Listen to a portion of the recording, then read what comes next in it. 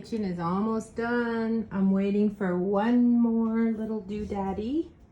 So I bought a little shelf for all of our spices and a hanger for our paper towel.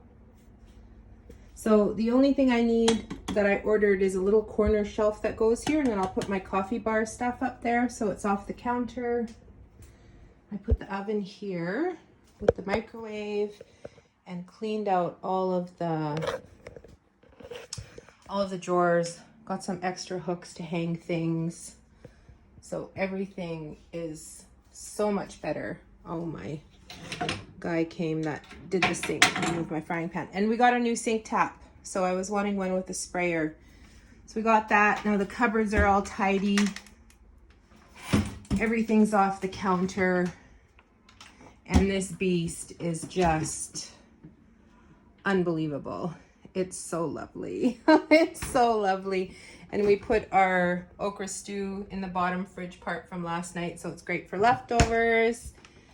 And then we just put the things that we use quickly that we don't put in the deep freezer down there. So everything is feeling so much better.